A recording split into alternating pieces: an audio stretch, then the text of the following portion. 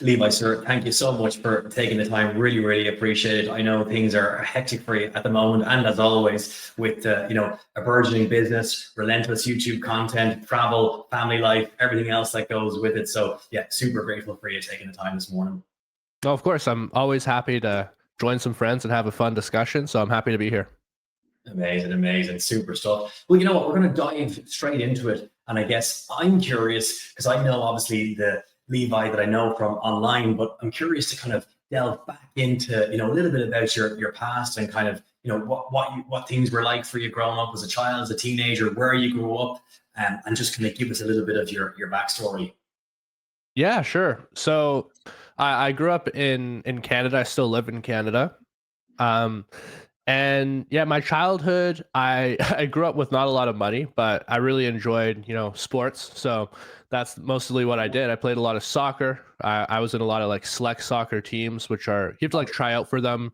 There'll be like, like 300 kids that'll try out, 20 kids will make it onto the team or whatever. And then you go play against other teams that are of similar calibers. And so that's a large part of my childhood was sports, team sports.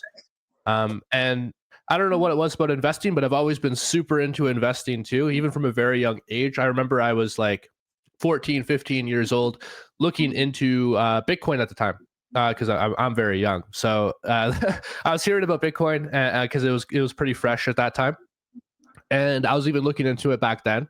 And I've always been super interested in it. I just, at that point in time, I didn't have the resources to really fully take advantage of it until a few years later. But I've just always really loved crypto. I've always loved sports, and that's more or less what my childhood was all about. Amazing, love it. It's fantastic. A good, wholesome Canadian kind of childhood with the sport. Obviously, you're a serious athlete. No joking around there. What position are you in soccer? So I always played like left wing, forward, and that was always my thing. I always played midfield as well, so I'd kind of like transition between the two based on what our team meant. I was a very fast runner, so I would be able to get through to both sides of the field really quickly. I wasn't the best striker, but I did well. I did score goals, so I just really loved playing the sport, and I still do today. I still play. But it's harder to find the time now between YouTube and everything else. But soccer is a great sport. I can only imagine. You got to squeeze in like a 5-a-side or a 7-a-side, but whenever you can, that's amazing. And at our time of recording here, because these will be interesting to come back to when we do like a future interview. Remind what age are you now? May I ask? What age I'm now? Oh, I'm 26 now. I actually I'm starting to forget my age now. It's kind of weird. Ever since I hit like 24, people ask me my age. I have to think about it. I'm like, how old am I again? But yeah, I'm 26.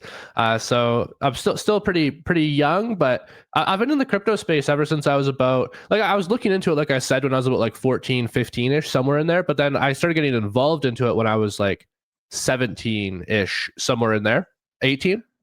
That's when I actually started actively buying crypto because I had a job and I actually had money. I was working at like a Safeway. So it was just like in Canada, it's like a grocery store chain. I think it might also be in the United States, but I was a deli clerk and I was just working in a Safeway. And I was making sandwiches for people, and then I'd get back home and I'd start buying crypto with the money I was making. So it worked out anyways.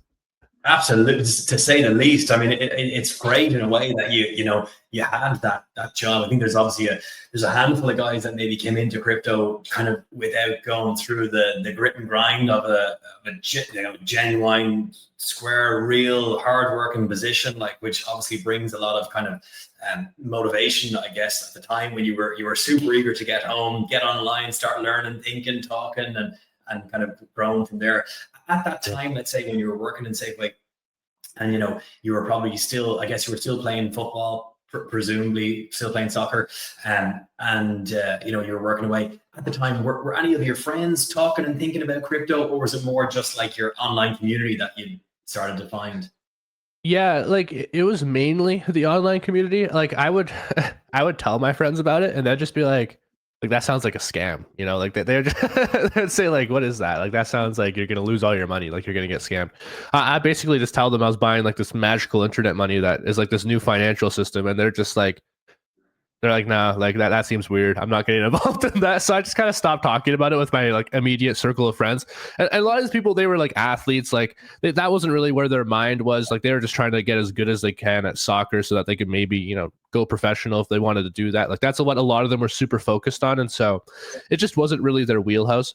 But a lot of those friends that I talked to back then, they'll come back to me today and they'll be like, holy shit, like, are you like a billionaire now? You know, like they'll say that to me, but I'm not a billionaire, but you know, like, you know, I did pretty well. And yeah, I mean, it's always really interesting just to see that come full circle. I think like a lot of people make the mistake of not looking more into things early on because it's so new, and then they disregard it, they call it a scam, whatever, and then they realize their mistake years later. And I have many instances of friends reaching back to me and with similar, you know, things like that. Totally, I can only imagine. Absolutely, like, and so if we take from that stage, let's say when you were 17, kind of working in Safeway, talk us through that period. So I guess at a certain point, at what point did you kind of, you know, you stopped working there, you started really going fully online? Was there other things going on in your life? Were you still in the same place in Canada? Yeah, I mean, at that point, yeah, I was still in Canada. I was in a province called British Columbia at the time, in kind of like the lower mainland. It's a very beautiful place. Like where I was really close to the ocean. I'm sure some people are familiar with Vancouver. It's a very nice area. Lots of beautiful cities. I mean, at that time, I'll be honest, it was a lot nicer than it is now. Like the place has kind of come run down because of, you know, like drugs. Unfortunately, like a lot of the drugs come in through the ports over there, and so it really affected that area. There's a lot of drug addicts in that area now. There's lots of documentaries online about it. It's actually pretty sad. Yeah, it's a really great place, and it's a very strange place to be because you have a mix of like kids that, you know, have basically no money at all because the cost of living is like, it's so expensive over there, and then you have like these really rich kids in the same area. And so like I kind of was friends with a little bit of everyone, you know, like I was friends with a lot of like the rich kids because those were the kids that could afford to be in the sports that I was in. My parents basically just dumped all their money to make sure that I could, you know, get in there when they didn't really have the money to do it, which I'm always really thankful for. But yeah, it was really interesting. You know, I'd be hanging out with these really rich kids and I'll kind of see how they live their life, and I'd be hanging out with these kids that had no money at all. And I think that really taught me a lot in life. Like a lot of the kids that I hung out with growing up that were very well off, I realized that a lot of their parents came from similar circumstances that I was being raised in. And so from a very young age, I kind of got the idea that like, okay, if I have the right mentality and I do the right things from very young age, like I can also get out of this circumstance. And so I think my environment where I was really helped shape who I became, because I saw it was possible to, you know, do something with my life essentially. And yeah, I'm really grateful for, you know, having that, you know, just being in the right place at the right time and having the right connections to help me get to where I am now. Totally, and amazing parents by the sounds of it. Like the fact that I'm sure, like for any parent who's got a child deeply involved in sport, it's a backbreaking kind of, at the time, probably semi-thankless, you know, as kids and teenagers. It's not top of mind to show gratitude, but I'm sure it's such a big thing now that you're so grateful for it, and it's amazing to hear you mention that. So I guess then from that stage, you were surrounded by a lot of people who were doing have-nots. I guess that's, you know, a big challenge within Canada in general, and obviously that's accelerated, as you said, over the last kind of decade, to a kind of a scary place in ways. But then at what point, let's say, did you start kind of really thinking about, all right, this is it? Was it 19, 20 years old? You're like, this is for me. Yeah, it's a good question. So, like I was doing well, like Bitcoin, like after as I initially got started in like Bitcoin and a little bit of XRP, and I think like I can't remember, maybe some other cryptocurrency back in like 2017 ish. And so what happened was, I remember like the markets ran very closely thereafter after I got involved with them. Like I remember I bought maybe Bitcoin somewhere around, I don't know. I feel like it was probably like $3,000 or so per coin, somewhere like mid-year in 2017. And then I remember like towards the end of the year, I remember there was a big rally and then a pretty steep correction. And eventually it got back to the point where like I basically entered Bitcoin. I didn't sell anything. And so at that point, like I didn't really make any money. Like I had the opportunity to sell at the highs, but I just thought it was going to keep going up, so I didn't sell it. And so then it kind of came back down. And same with like XRP. Like XRP even went a lot higher. I think I bought XRP at like 30 cents, and then that's when it had that crazy run. I think sometime in, I think it was early 2018 or late 2017 as well, where it went above $3 per coin. And so like that was insane, right? But like I didn't have a lot of capital, didn't have a lot of money, right? I was working like a minimum wage job, and so at the time the minimum wage I think was like $10, $11 or something like that an hour, which at the time I was doing part-time because I was also, you know, doing soccer and all that kind of stuff. So like I had money, like maybe like a few $1,000s that I had invested at that point because I was saving pretty much everything, but it wasn't enough to like really make any money, serious money anyways. And so I decided like, okay, if I really want to do well in this, I need to get a really good job. So after I graduated high school, I got into sales. And so the reason why I got into sales is because it didn't require me to go to a university and get like a really serious degree that would put me in student debt and all this kind of stuff, because my parents didn't have money to like pay for my university, right? And it also was a place where I could make a lot of money without that education. So I got into sales. I got into telecom sales specifically, so like selling like phone, internet, TV services to people. And I did really, really well at that. That's where I started actually making some money. Basically, I was doing door-to-door initially. And I remember the very first day that I was working in sales, I was knocking on doors all day long. It was like 8.5 to 10 hours of just straight door after door after door. I didn't even take a lunch break, nothing. I was just going do, knocking people's door. It was just rejection after rejection after rejection. Like I literally got like at the end of my 8.5 to 10 hours, I literally didn't make a single sale, like 0 sales. And I just spent all day knocking on doors. And I remember getting back home and then like I was kind of angry with myself because I was like, I worked so hard today, but I have literally nothing to show for it because it's only commission. There's no hourly wage. And so what I did is I bought myself a book. It's a book by Jordan Belfort. It's called Straight Line Persuasion. He's a really good salesperson. And then I started researching on YouTube, and I found Grant Cardone, who was very popular at that time. And I just started like really diving deep into how I could become better at sales. And I think like 2 or 3 days later, after like basically doing the same thing and coming home and not making any sales, I finally got my first sale. And then a day later, I got my second sale. And then I started getting like one sale at least every single day. And I was starting to make some money. And I think like maybe a month and a half later, after consistently just really trying, I had one day where I came across this one neighborhood who was so sick of their current telecom provider that it was the easiest like sales of my life. And it was a mix of me putting in the effort to like get better and also being at the right place at the right time. And that one day I made 660 Canadian dollars. And that was in I want to say 2017, 2018, somewhere in there that happened. And I remember that feeling, right? I remember being like, wow, like I just made $660 in a single day. And I am like, I mean, at the time, like 17, 18 years old or whatever, right? And so I felt amazing about myself. I was like, okay, like I can actually make a lot of money doing this. And so eventually I just kept moving up kind of, my sales positions. I went from outdoor sales to now doing like a call center type sales job, which was better because I also got an hourly wage and the commission on top of that. And then I went from like residential inbound call sales to kind of like an account executive type position where I was dealing with large businesses instead of residential. And my salary kept going up and the amount of money I made from sales kept going up.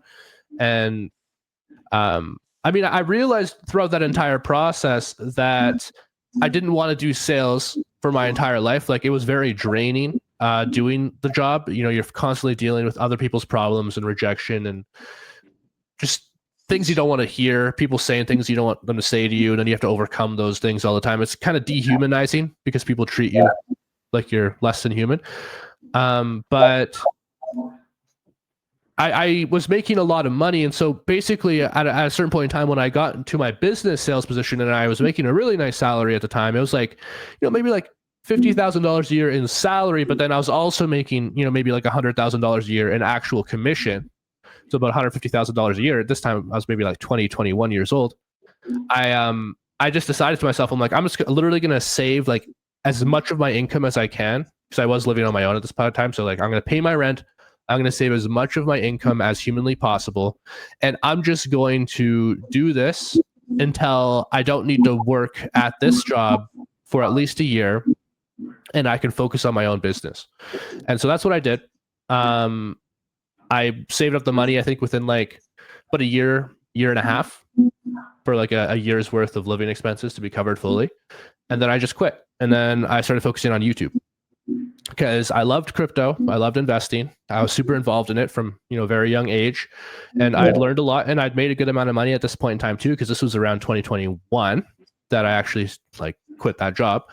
Yeah. And I just went all in on YouTube. And then within about 6 months of doing YouTube, like I was able to cover my monthly living expenses from YouTube. Amazing. And just be able to keep, building the businesses that I had there. And so that's basically what I did. I still had a good cushion left over, and I was still able to invest my money and do all this kind of stuff.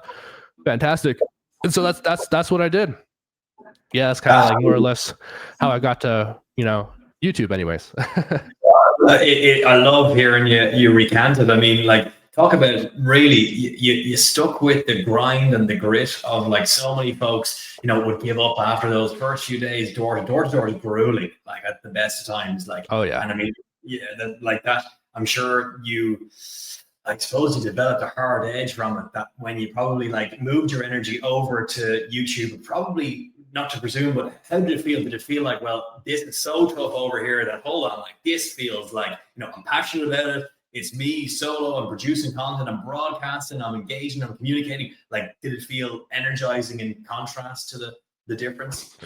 Oh yeah, I mean, for sure. It was night and day. Like, I was able to wake up every single day when I was doing YouTube and do something that I actually love doing, right? Because I love making content. I love investing. I love cryptocurrency. So I was talking about and educating other people about, and learning more about during the process as well for myself. It was something that I love doing. And so I woke up every single day when I was doing that excited. Like, I couldn't wait to get started. And like, I could literally do that for like 12, 14 hours in a day and like not feel drained at all, because I love doing it. And that's how I was able to make it work within 6 months, right? I could dedicate 14 hours of my day to it and not regret a single moment of that. And I did that for 6 months. Just even maybe the first year I did that, even after the 6 months, because I wanted to be so sure that this was going to be something that was stable. Yeah.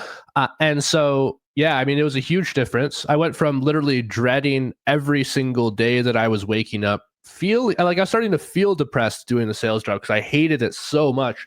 And like, everyone was like telling me, because I would like tell some of my sales friends, that I hated this job so much. They're like, Levi, like, how can you hate it? Like, you're the #1 sales agent in this department. You're making more money than our fucking manager. They'll tell this to me, like, this person's been working at the company for 15 years and they're in a position and you're making more money than they are. Like, how can you hate this job? People would always like kind of like make me feel guilty for disliking it, and make me feel bad, because like make me feel like I was I don't know what the word is, but I was working so hard at that job that like I was just getting burnt out. Like, that's the only way to really say it. Like, my shift in the sales job was like 8 hours, right? But then I would stay an extra 2 hours just to do like order entry from the sales that I made during the day, because I would just spend my entire day calling. I wouldn't even take a lunch break. I was literally just calling, because I knew I hated this, and I knew that I didn't want to do this forever, and I knew I had a plan, right? I had a plan. I'm gonna save as much money as I can. I'm gonna do my own thing, and so I just stuck through with that plan. And it just worked out. It worked out, and I'm so grateful for that, because now I'm at a point in my life where I do have a lot more freedom of time if I want to have it, but I generally still do work just because I love working, and I get to do something I love every single day. And that's the best place to be in life. I'm truly beyond blessed to be able to have this. Really, it is incredible. It's a commitment to you, actually, you've made it. It's incredible what you've done, and really you developed this for yourself. So it's certainly it's the hardest thing from luck. You've created this space for yourself by sticking with it. And so I'm fascinated when we go back to, let's say, like, the first time you pulled out the camera. Talk us through like the there's probably, presumably, a little bit of like preemption in advance of jumping online? You were thinking about it. It was on your mind. Give us that like sense if you can zone back in on like your mindset in that time. Talk us through kind of where you were with it mentally. Yeah. So like when I first started recording, it was interesting. I remember I felt like every single part of every single video I recorded had to be like thought through. Like I need to have like immense thought. And so I'd this is a thing that I learned that I like a kind of term that I coined. It's called analysis paralysis. It's where like you're essentially just analyzing something so much that you're just stuck in place. You're like, there's so much, I need to think about this title, I need to think about this thumbnail, I need to think about how I'm going to script this video, and then you're just kind of sitting there and you're just thinking about all these things, but you're not really doing anything. And so I kind of caught myself doing that a couple of times. I'm like trying to make sure everything's so perfect. And eventually, I started watching a few videos online of like how YouTubers kind of record videos and how they got started. And a lot of the people said, like just learn from doing that. You upload at least one video every single day, just work on your thumbnails, work on your titles, just optimize, make yourself 1% better every single day. Make that your goal, and just keep getting better, And so that's what I just did. I just didn't try to think about it too much. I just, kind of found the idea of what I want to talk about, the subject. So I made my title. I made a thumbnail that matched that. And then I just, found a bunch of different, different articles or graphs or charts or whatever that kind of supported what I wanted to talk about. And then I just got into it. Right. And like my first couple of videos, they sucked. Honestly, like they were horrible. Like I had no idea what I was doing. I was literally just, trying to make these points, but I didn't really understand how to speak to a camera. I didn't know what sort of words to use. I didn't understand, a lot of what I know now to make a video engaging. And so the content was, it was pretty funny looking back on it. Like I sometimes look back at those videos and like, honestly, like for starting, it wasn't horrible. Like I always knew that I was going to be able to do well doing YouTube. I just needed to learn a few things. I think my titles and thumbnails initially were probably the worst. My ability to speak in front of a camera and make a point was always there. It's just it needed some tweaking to fit, an audience of many people as opposed to an audience of a single person, like I was doing in sales. And so I just gradually tweaked it over time. I could have said this instead of that. So I tweaked that in my next video. I'd rewatch my videos every single day and be like, pick it apart kind of and say like, okay, I could do this better. I could do that better. And then I would improve. And then I'd look at my thumbnail and be like, like this guy's thumbnail looks a lot better. Like, what can I change about mine? And then I would, change a couple things to make mine look better. And then, just rinse and repeat every single day. I'll do that. That's why I was spending like maybe like 12, 14 hours just because I was nitpicking everything. And then, eventually I started getting videos that would work, and they would actually get views. And then what I would do when that happened is I would just be like, okay, like this video did well. Why did this video do well, but the video I uploaded the next day did nothing? Right. And so then I would kind of have a basis once my video started getting views of like, okay, I did these things right. I need to continue doing those things in my next video. And so it was just kind of a slow process, but eventually, like over those 6 months of just continual improvement, I got to a point where I was getting consistent viewership every single video.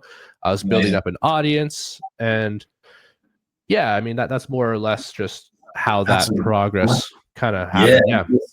Stuck with it and built the habit. I'd love to hear your journey on it. And in terms of at that time, I guess two questions are springing to mind. One is, where you're producing, you're obviously doing kind of 1 to 2 videos a day kind of thing at the start. And then secondly is, and maybe this is kind of a piece of advice more so for someone who might be watching this and thinking about going online, regardless of what niche they're in. But like, did you ever find yourself falling into the trap of worrying about what like family, friends, colleagues from the sales job, what they would think if they saw you online? Or were you so sure you knew you wanted this that you were in a straight line towards it? Yeah, that's a good question. So like I certainly didn't share any of my content with anyone until I actually made it. Like I actually had a big following. And the reason why I did that is because I was learning, like it was a work in progress. And so like maybe I like very, very close friends that knew of my YouTube channel, right? But until like I actually had maybe like 60,000 subscribers or something like that, like I didn't tell really anyone. And then like, my friends that, were still working, like they're 9 to 5 doing whatever they were doing or going to school at the time. Cause a lot of my friends were still in university when I was starting this, cause they're getting their masters or whatever. Right. They would sometimes poke fun at me and like make fun of my videos and stuff like that. The ones that did know. And honestly, it was just fuel to the fire. It just made me want it even more. I was like, you motherfucker, like you are getting your university degree paid for, fuck you. I'm going to make this work, and I'm going to make way more than you could ever make at your degree. So I kind of just made it like a competition, like, yeah, you can make fun of me, you can laugh at me, whatever, but I'm going to make this work. And when it does work, you're going to be eating those words, and that's just what I did. I just fuel to the fire. If someone did give me that kind of energy, it's fuel to the fire. I just wanted it even more. And that's kind of always the way I've been. That's how I was in sales. There's people that were laughing at me when I worked, a 10.5 hour day and I made 0 sales. They're like, oh man, you must really feel bad about yourself now, and they would kind of poke fun at me or whatever.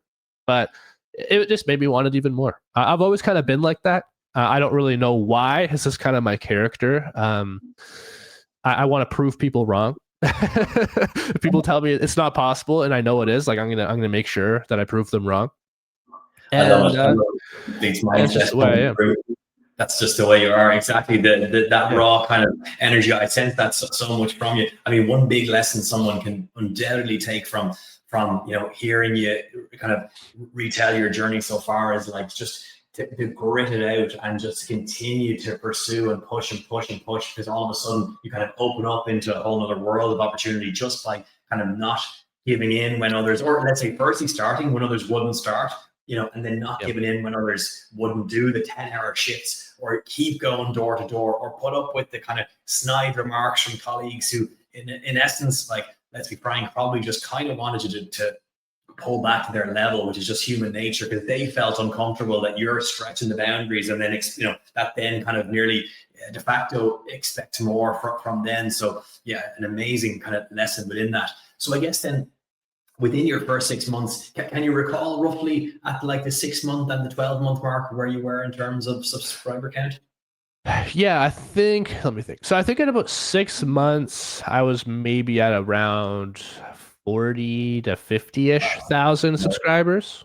Yeah, like the initial growth was actually very, very quick. And it was because I caused a lot of waves. I'm one person, like when I get involved in anything, like I make sure to make an entrance, like I make sure everyone knows me. And I did it in a way, when I look back at like the way that I did it. So I used to make videos on this NFT crypto game called Axie Infinity, which is something that some people may have heard about if they're in the crypto space. It was very popular. It was like the #1 crypto game in the crypto space back in like 2020, 2021 during the last bull run.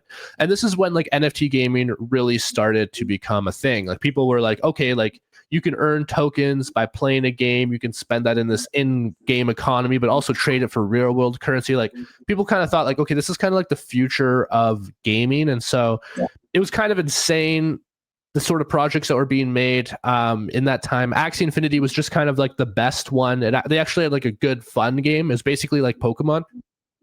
You have like these Axies, they're called, that have different attacks, and then you go into an arena and you fight other Axies. Each team has 3 Axies, and it's like a tournament style thing where you just kind of beat as many teams, other real players, in a player versus player competition. And you just try to win.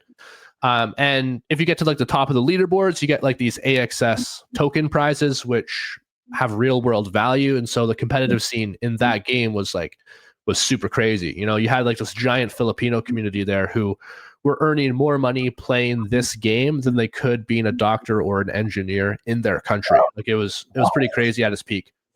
And so, yeah, I was super involved in that ecosystem.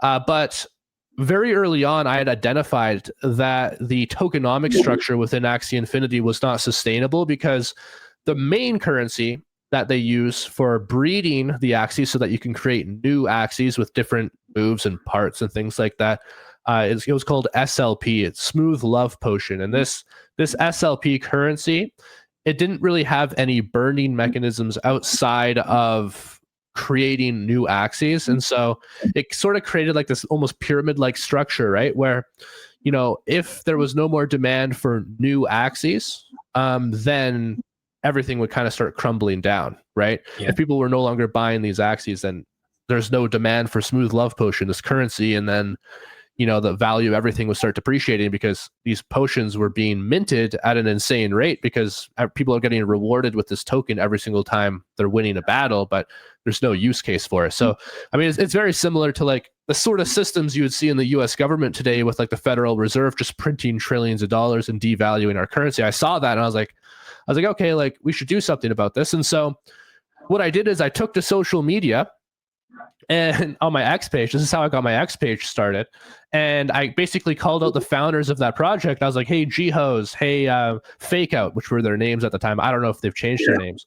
I said, with the way that the SLP potion is currently set up, the entire ecosystem is going to collapse. Everything's going to lose its value. We need to find more burning mechanisms for the SLP potion so that, it's more sustainable for everyone. They really didn't like that I did that. I was like this new guy who started making videos who was getting an audience in their space, right?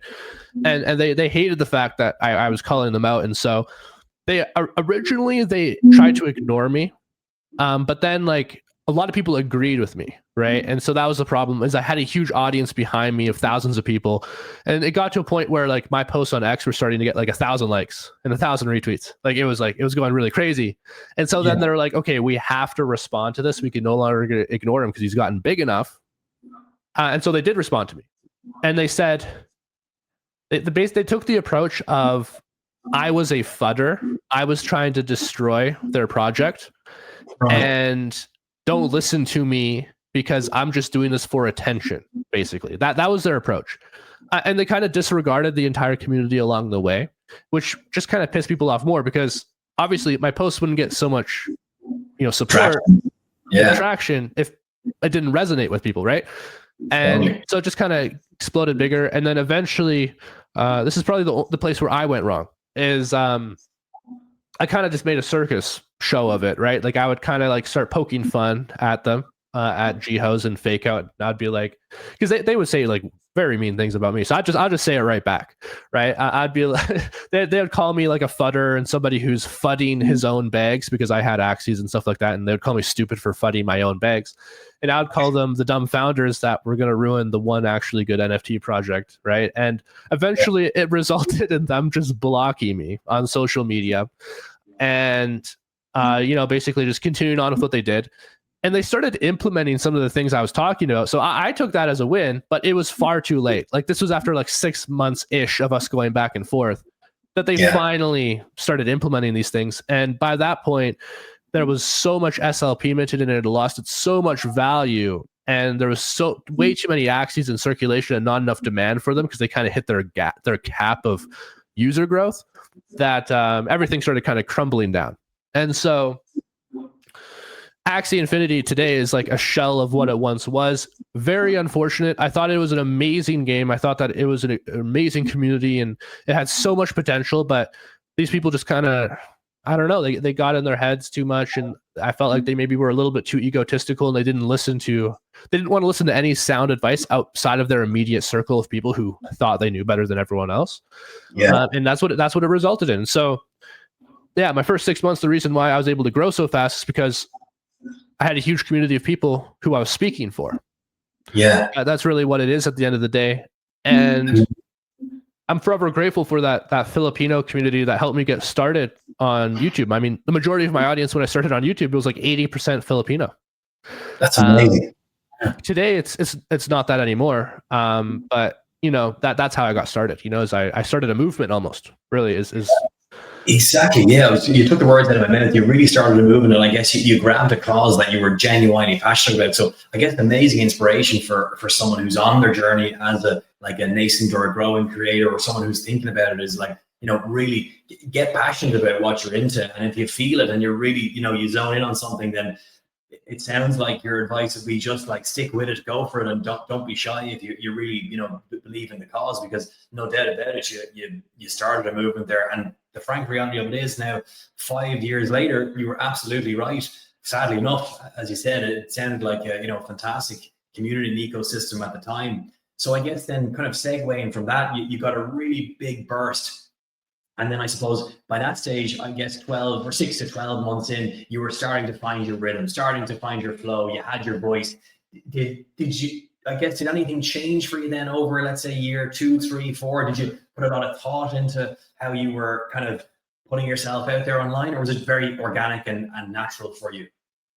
Yeah, like I always just tried to be myself, like that was the most important thing, is I wanted to keep things authentic. I didn't want to script things too much. I didn't want to, feel like I'm some kind of talking piece, or something like that with someone behind me. Like I always was just like, I want to be as authentic and real as possible. And like, I'm going to make mistakes. I'm going to make enemies along the way because I'm going to say something that people don't like, but I'm just going to keep doing that.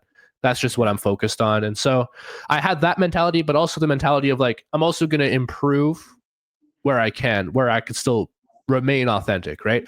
So like the way that I did that is like, I would improve my thumbnails, right? I'd make them more visually appealing, more visually attractive. I would add these certain, textures in the background, or a slight glow around the main person I was talking about in the thumbnail, or, I'd look at the colors that would be the most effective in like making sure that it catches people's eyes, things like that. And then when it came to the way that I spoke, I also worked on that as well. Like there was little tips and tricks here and there that I learned that were really helpful in terms of keeping people engaged for a longer period of time. And so I would just keep implementing those sort of things. And when I felt like I could improve some more, I saw like, okay, like I'm making a 10-minute video, people are staying maybe 50 to 55%. Maybe I could push that to 60. I'll look at different things that I could do throughout the video to increase that. And I'll just keep going down that route. And even today, I'm not comfortable. I realize, I'm not a master of a video production, of, content creation. There's still more to learn because the space is constantly changing. And so I still have that mentality today. You have to succeed in this space, because for the first 6 months of me making videos, it was Axie Infinity. But I realized that ship was going down, right? And so if I kept making videos there, I'd be like just like all the rest of the Axie Infinity content creators today, a channel that doesn't get any views, and they had to move on and go back to their 9 to 5. That's quite literally what everyone else around me who was making videos at that time had to do. And by the way, all those people hated me in the Axie Infinity community, most of them. Connor Kenny, he's an exception. He was actually like on the same boat as me, but like there was like so many people from that community that just despised me because they felt like somehow it was my fault that crap hit the fan, and they realized I was right, and they're back at their 9 to 5 job now, and they have to live with that. Like they could have made it work, they could have supported me, but they didn't, and now it's all gone to crap, whatever. But I just wanted to point that out. Like all those people, they made my life a living hell at that point in time. Like they were trying to actively deplatform me, attacking me, all that kind of stuff, coming together to attack me as like a group. But anyways, I digress. I realized that the Axie Infinity ship was going down, and so I had to pivot. That adaptability was really, really important, right? And so I went from Axie Infinity to NFT gaming because it was similar enough that my current audience would still be interested in it. And I realized in some NFT gaming niches and games that were being created, like from Gala Games, for example, there was a much larger US audience. So it wasn't all Filipinos.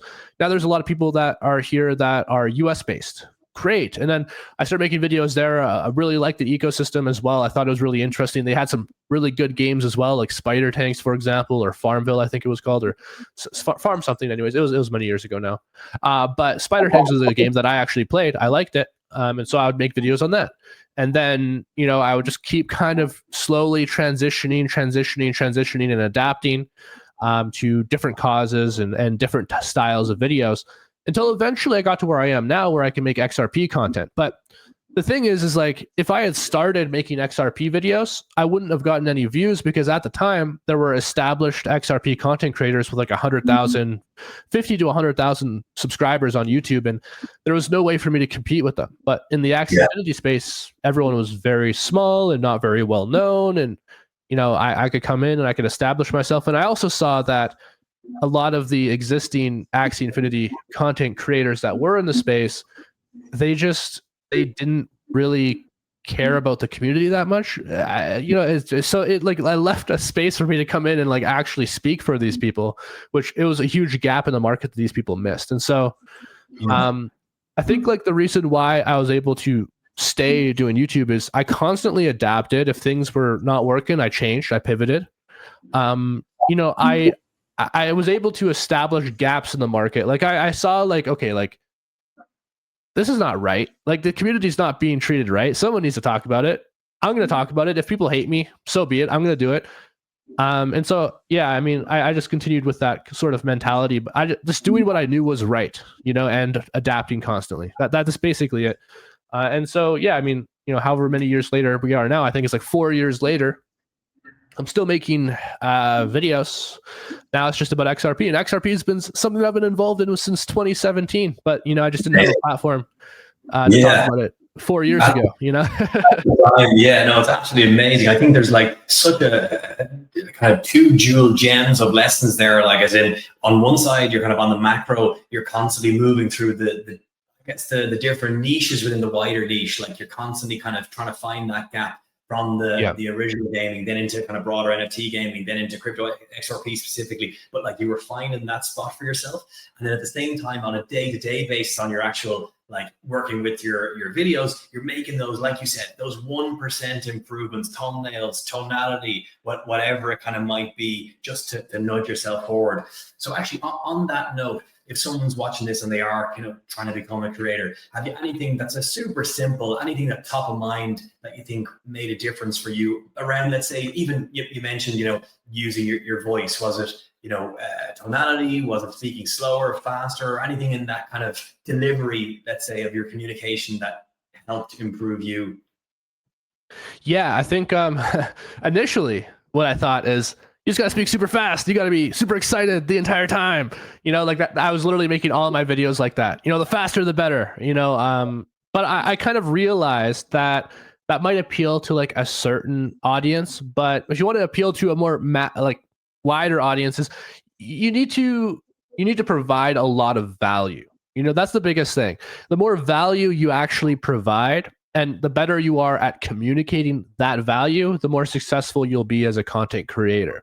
And that value can take many different forms. Like, you could be an entertainer, like you could be just like Mr. Beast, having like game show type content of like, you know, different challenges, whatever.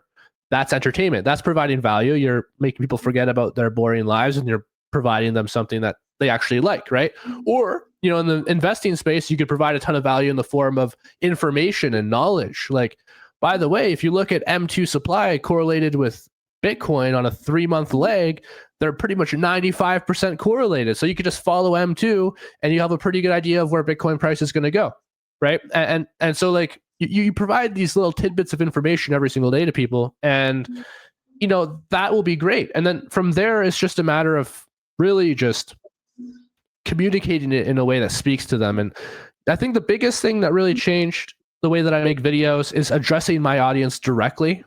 If people feel like you're talking to them directly, they're more likely to listen. However, if you're just like, you know, laying out these points, being like, oh yeah, you could do this thing, and you could do that, and then you could do this, people won't really listen. And another thing is to speak from your belly. You know, like, I could speak like this. I could be like, hi, my name's Levi. Or I could speak like this. Hi, my name's Levi. How are you doing today? You're going to listen a lot more if I'm speaking from here. And that's something that comes naturally now, but didn't come naturally when I started. I had no idea. I'd be making a guide video or something. I'd be like, so then you can go buy this Axie right here. And then, you know, you can get this Axie. And then, you know, and then people wouldn't listen to me. They'd be like, okay. And I'd realize I'd ask myself the question, why aren't people listening to me? I need to change something.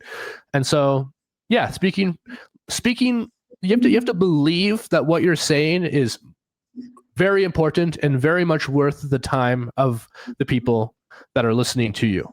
You have to believe that. And then once you start believing that, and you start speaking in a way where you actually do believe in that, then people are more likely to actually listen, basically. So that's really important. Really, some amazing advice. Like, and actually, I really did love your live example there. The layers with which you can hear it through your, you know, through your vocal cords. Actually, it's dramatically different. It's incredible just how the ear immediately tunes in when you are speaking from the belly. But more importantly, I guess, going back to your core original point, is deliver value and then believe in that value over time. And maybe would it be fair to say that, you know, for someone who's starting out, who might be kind of nervous going online, that kind of belief comes through repetition, iteration, cadence, and just kind of sticking with it. Yeah, I would say so for sure. I think like the first time you do it, no matter what, it's going to be so far from perfect, and it's going to be a gradual process. So just realize that, and don't give up after video number 5 or 6, because you don't know. Maybe video number 10 is going to be the first one that works. It didn't work for me on video number like 4, 5, 6, 7, or even 8. I was uploading one video every single day for a month before I had like one piece of content that actually started doing well, period, right? Like getting thousands of views instead of hundreds of views, right? And so it's a constant effort. One thing I will say about YouTube specifically is if you are making really good videos in a niche that has low competition, your videos will perform. A big trap that people fall into is they believe to themselves, they think, oh, well, there's so many established content creators, and like there's no way that I'm ever going to be able to make a video because there's way too much competition, and they sell themselves this lie. In reality, if you find a very niche topic that doesn't have a lot of other people making videos, but people are searching for it, you're going to establish an audience, but you just have to be willing to do that. You have to find something that you're interested in that is very niche, that not a lot of other people are making videos on, and you can start there, and then you can grow your audience. And eventually, once your audience is big enough, you can start branching out. And yeah, you'll find a lot of success doing that, but you have to start small, start small and expand from there. Amazing advice. So find a tight niche where it's shallow in terms of depth, and then just go for it. Find videos that are performing well but might not have huge subscriber counts, but obviously people are searching for the terms. We have really fantastic advice. I'm conscious of time and I don't want to delay you and want to get you back to your day. So I guess just taking your vista and your vision kind of forward, tell us a little bit about kind of what excites you for the rest of this decade, which is rapidly moving fast. We're rapidly moving towards 2026, and where you see everything going with yourself and the channel and just making content in general.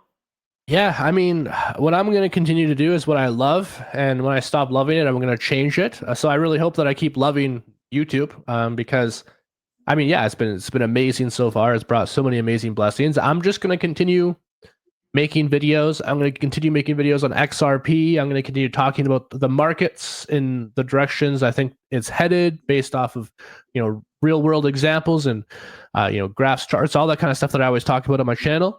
And outside of that, I'm just going to keep investing. That's what I love doing. I don't just invest in the crypto. I'm going to keep getting real estate. I'm going to keep getting the stocks that I purchase, and I'm just going to keep growing that until I feel happy, I guess. I don't know. I'm just like, I have this constant hunger, and I feel like I'm not there yet, but when I am, I'll know it, I think. So I'm just going to keep going until I get bored, I guess. That's really it.